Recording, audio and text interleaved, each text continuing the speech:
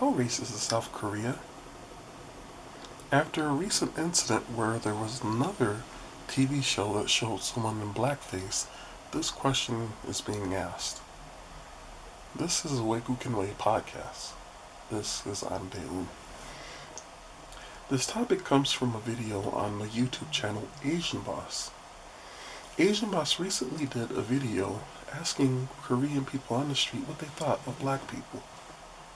And recently, a television show in Korea showed a Korean person dressed up in blackface with a lot of red lipstick on.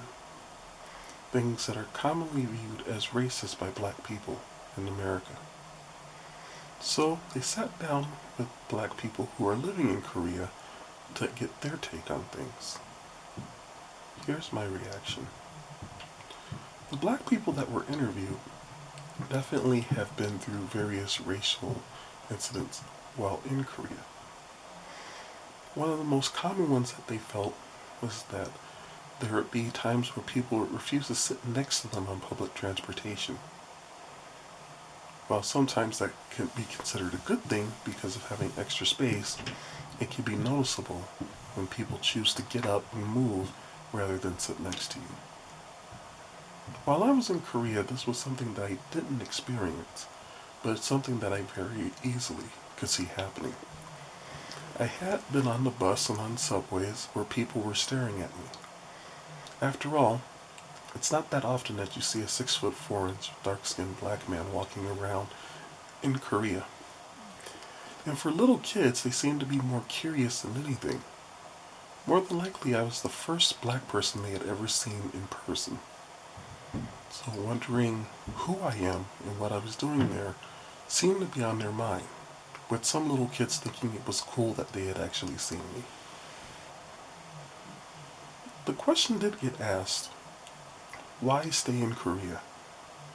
With all the racial things that they've gone through, including companies that would refuse to hire them at times just because they only wanted to hire white people.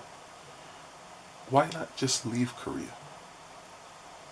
The answer seemed interesting.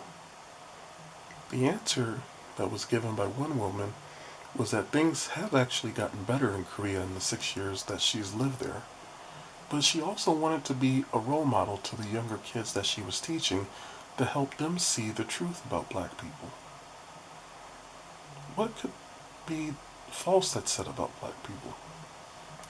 Sadly, television, movies, and music videos, especially rap videos, tend to show black people as being criminals, gangsters, thugs, drug users.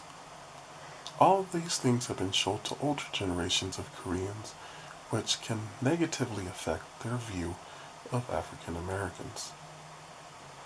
And yet, being in Korea, one does have the opportunity to change people's mindset by the way that they behave.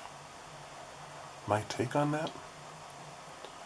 As the first black person that some people have seen in the area of Korea I was in, I definitely agree that in a way, it's almost like you could be an ambassador and help change people's mind. There's an old saying that a sermon seen is much more effective than a sermon that's heard. So to be able to see positive examples goes a long, long way. In my view, the racism in Korea is different. How so? In Korea, there is a distrust of strangers based on the number of times strangers have come to Korea and tried to take over things and hurt the people. But once people get to know you and see who you truly are, if you're a good person, they tend to love you.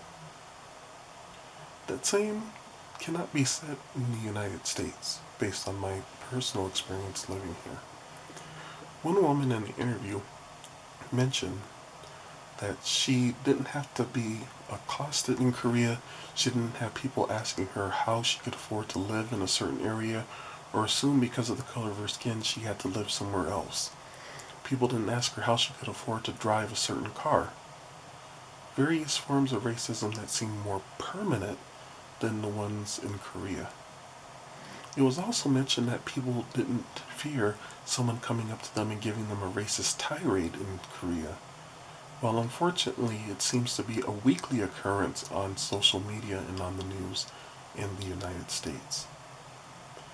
Their take on the racism that they've experienced and the racism that they see back home is definitely something worth listening to. The video is about 25 minutes long, and I'll link it in the description box below. My overall take is I liked the interview a lot, as the questions were sincere and answers were honest and articulated very well. It's easy to see that Korean life is not perfect for many black people, but for some, it's better than the racism that they would experience somewhere else. What's your take? If you've been to Korea and you're not a Korean, did you experience racism? Please be sure to let me know.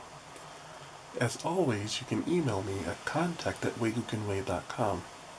And don't forget to check out my blog at WaygookinWay.com. That's WaygookinWay.com. Please like and share this video, and don't forget to subscribe to see more episodes in the future. Thanks again, and always remember the best way to get rid of your nightmares is to live out your dreams.